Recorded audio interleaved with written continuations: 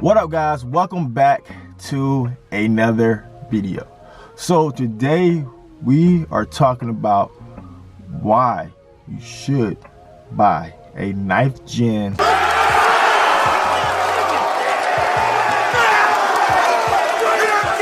and if you looked at my previous video, I just got done reviewing the 2023 Honda Civic Si. So I'm gonna do some side-by-side comparison between my car and the 2023 Honda Civic Si. A couple of weeks ago, I reviewed the 2023 Honda Civic Si. And I'm really going to say there was some pros and there was some cons. Truly believe that we were, as the Honda community, I feel like we were stepping away from the original authentic Si, what really makes the car call that Si a sports model. You think you can do this to me? And the first topic I like to talk about is the interior. So the interior, which I truly love about the interior on the 2023 Honda Si, it was simple, but also there were some things I did not like about the 2023 Honda Civic Si interior. So first thing we're gonna look at was the steering wheel. So as in my previous video, I showed you guys the steering wheel wasn't what I really was looking forward to. It didn't have a grip like it has in the 9th gen Honda Civic Si. I have better grip and I can really feel like I can really control the car better in the older Civic. I don't know about any 10th or 11th Honda Civic Si steering wheels, but I just feel that the 9th gen Honda Civic Si had the best grip when it comes to steering wheel, and the steering wheel was good for that performance type style you're trying to do when you want to take your car to a track instead of just taking it to the streets. So in the 2023, I think the steering wheel was too slick for me. When it comes to the 9th gen, I feel like there was a whole bunch of separation.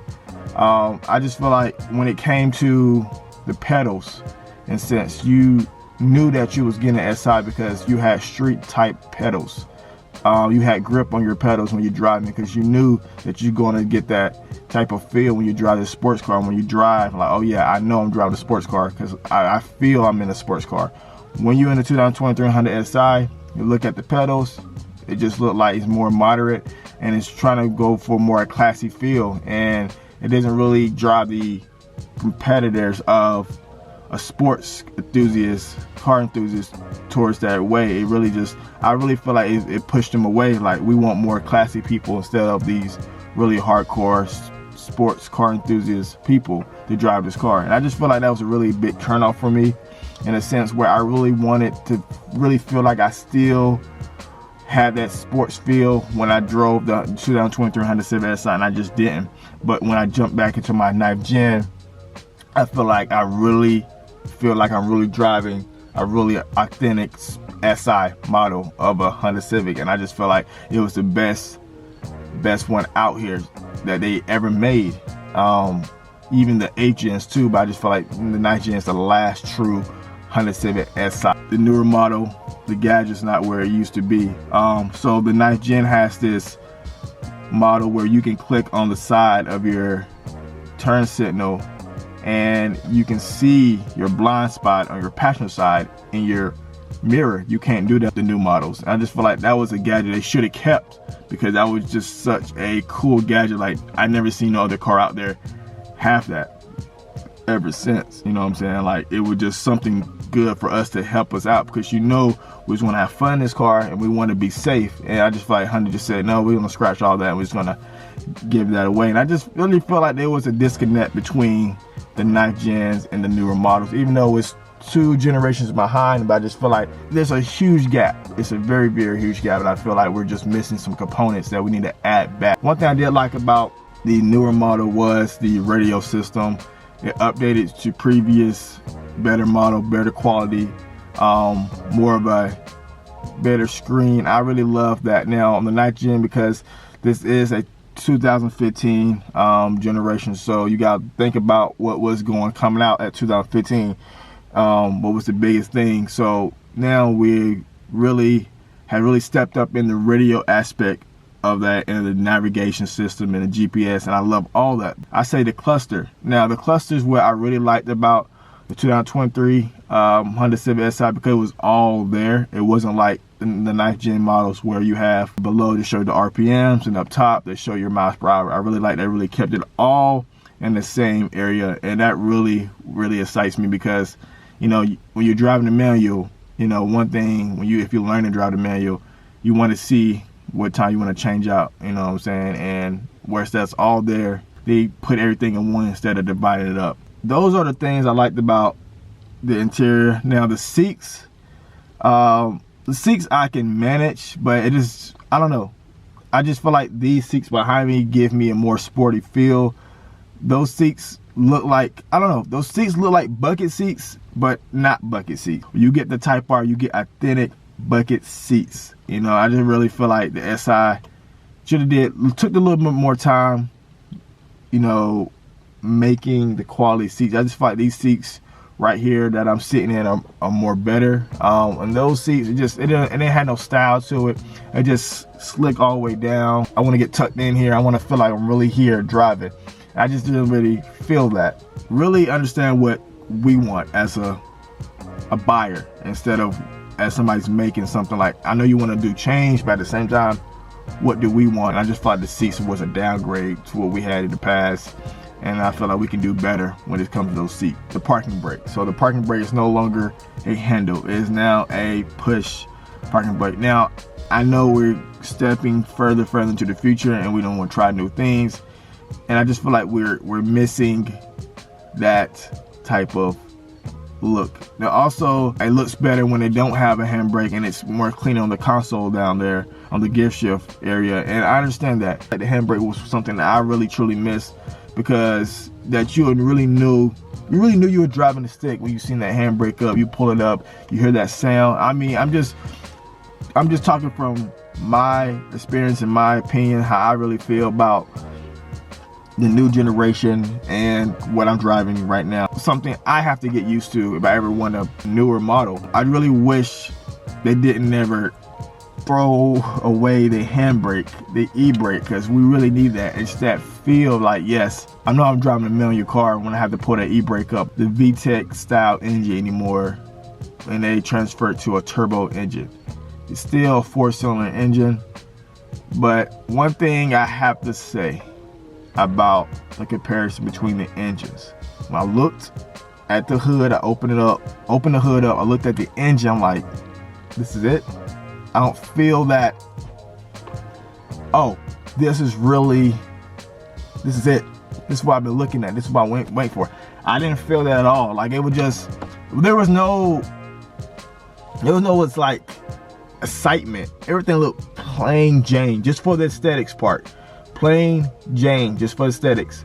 When I looked at the engine bay, there was a lot of space, and I did a lot of improvement on making it easier access for people to do coilovers and stuff like that. But when it comes to the aesthetics of the engine, nothing was appealing to me. Now, they did a great job by making the cold air intake very accessible for modifications.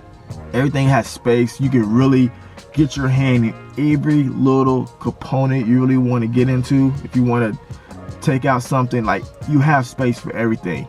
But when it comes to aesthetics, like, you open up, you look at a 2015 SI 9th gen, I'm just gonna say 9th gen models, there was a look to that engine, like, yeah, this is the VTEC, this is what I've been waiting on. But when it comes to the 2023, there's no style, there's nothing. They're just, here you go, bam, buy it.